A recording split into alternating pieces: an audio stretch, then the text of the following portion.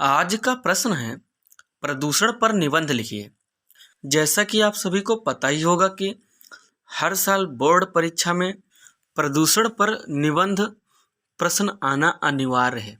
आपकी जानकारी के लिए बता दें, हमें प्रदूषण पर निबंध लिखना होता है और ये निबंध हमें 6 नंबर देके जाता है। प्रदूषण पर निबंध हो गया या जनसंख्या पर निबंध हो गया, निबंध कोई भी आप लिखेंगे उसके आपको 6 नंबर मिलेंगे।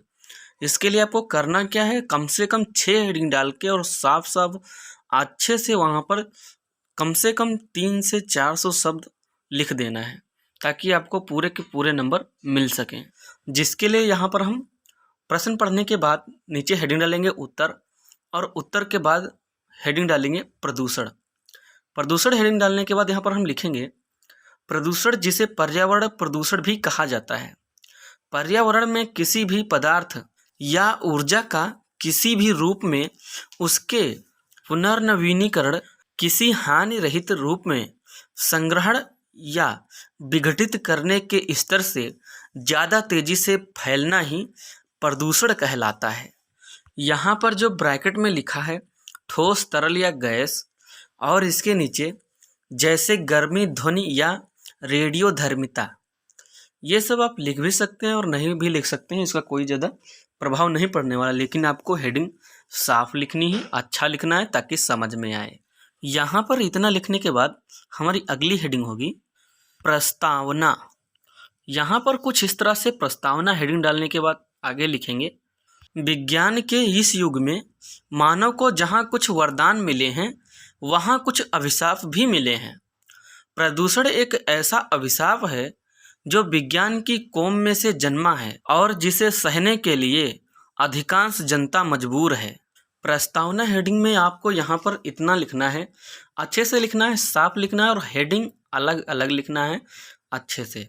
यहाँ पर प्रस्तावना में इतने लिखने के बाद यहाँ पर हमारी अगली हेडिंग होगी प्रदूषण के प्रकार। यहाँ पर इतना लिखने के बाद हेडिंग डालेंगे प्रदूषण के प्रकार।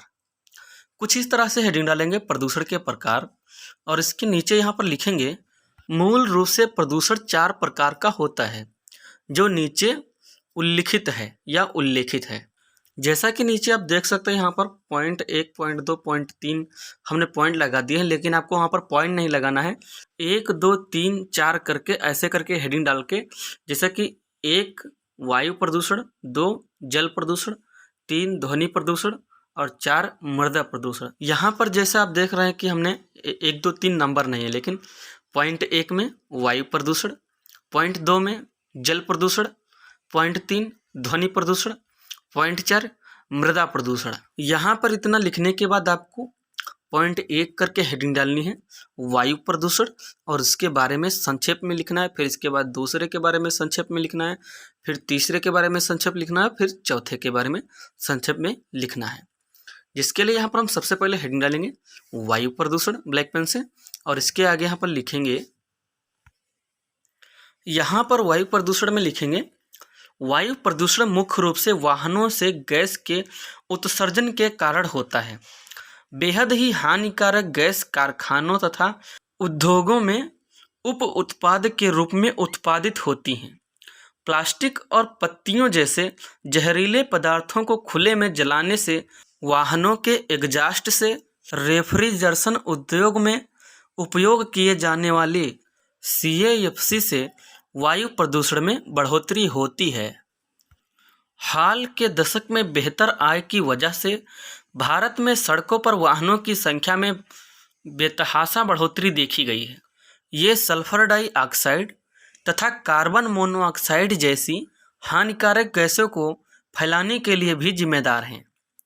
ये गैसें पृथ्वी के वायुमंडल में ऑक्सीजन की मात्रा को कम करने के लिए जिम्मेदार हैं। इनकी वजह से सांस लेने की कई समस्याएं, श्वसन रोग, कई प्रकार के कैंसर आदि जैसी बीमारियां तेजी से पनप रही हैं।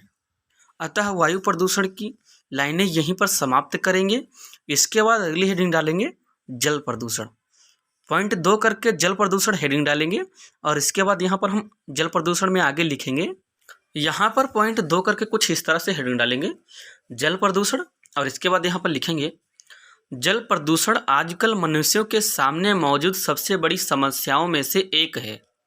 सीवेज अपशिष्ट उद्योगों या कारखानों के आदि कचरे को सीधे नहरों, नदियों और समुद्रों जैसे जल निकायों में डाला जा रहा है। इसके परिणाम स्वरूप समुद्री जीव जंतुओं के आवास का नुकसान हो रहा है और जल निकायों में घुली ऑक्सीजन का स्तर भी घट रहा है। पीने योग्य पानी की कमी जल प्रदूषण का एक बड़ा दुष्प्रभाव है। लोग प्रदूषित पानी पीने को मजबूर हैं, जिससे हैजा, डायरिया, पेचिश आदि रोग होने का खतरा रहता है। यहाँ पर इसी के साथ साथ जल प्रदूषण हेडिंग को भी विराम देंगे और इसके बाद यहाँ पर हम अगली हेडिंग डालेंगे, ध्वनि प्रदूषण। याद रहे ये हेडिंग साफ साफ लिखना है, हेडिंग लाइन छोड़ के लिखना है और ज़्यादा से ज़्यादा लिखना है।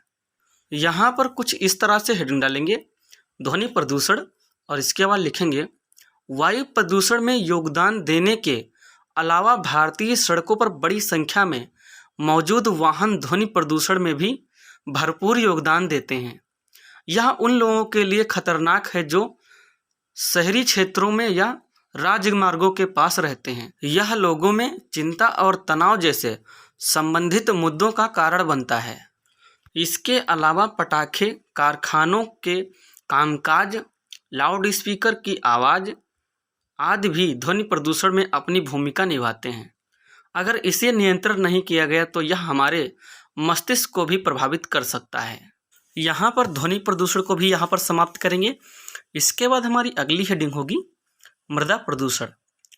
यहाँ पर कुछ इस तरह से हेडिंग डालेंगे, मृदा प्रदूषण, और इसके बाद यहाँ पर लिखेंगे, यहाँ पॉइंट 4 करके हेडिंग डालेंगे मृदा प्रदूषण, और इसके बाद हम आगे लिखेंगे भारतीय आबादी का एक बहुत बड़ा हिस्सा कृषि पर निर्भर है। इस काम के लिए किसान बहुत सारे शाकनाशी, उर्वरक, कवकनाशी और अन्य समान प्रकार के रासायनिक यौगिकों का उपयोग करते हैं। इसके इस्तेमाल से मिट्टी दूषित होती है और इससे मिट्टी आगे फसल उगाने लायक नहीं रह जाती। इसके अलावा अगर अधिकारी जमीन पर पड़े औद्योगिक या घरेलू कचरे को डंप नहीं करते हैं तो यह भी मिट्टी के प्रदूषण में बड़ा योगदान देता है। इसकी वजह से मच्छरों के प्रजनन में वृद्धि होती है, जो डेंगू जैसी कई जानलेवा बीमारियों का कारण बनता है। ये सभी कारक मिट्टी को विषाक्त बनाने के लिए जिम्मेदार हैं। अतः यहीं पर इसको भी समाप्त करते हैं और इसके बाद हमारी अगली हेडिंग होगी प्रदूषण के दुष्प्रभाव। जैसा कि यहाँ पर हम कुछ इस तरह से हेडिंग डालेंगे, प्रदूषण के दुष्प्रभाव, और इसके बाद यहाँ पर आगे लिखेंगे उपर्युक्त प्रदूषण के कारण मानव के स्वस्थ जीवन को खतरा पैदा हो गया है। खुली हवा में लंबी सांस लेने तक को तरस गया है आदमी।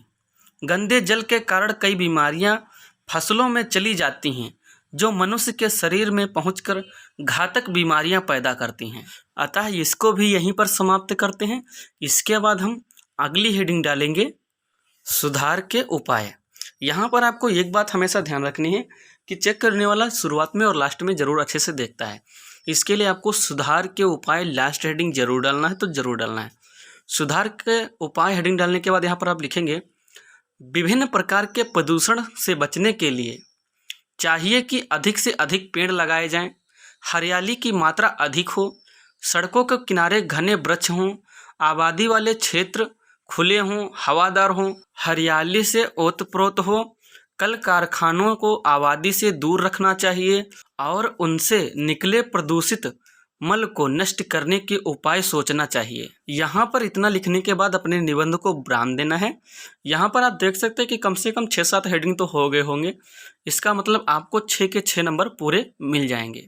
बस अब यहाँ पर ज़्यादा कुछ नहीं करना है, बस इतना ही अच्छे से हेडिंग डाल के लिख देना है, आपको पूरे के पूरे नंबर मिल जाएंगे। तो बस आज के लिए इतना ही, मिलते हैं अगले वीडियो में। तब तक के लिए बाय बाय। सब्सक्राइब, लाइक और शेयर।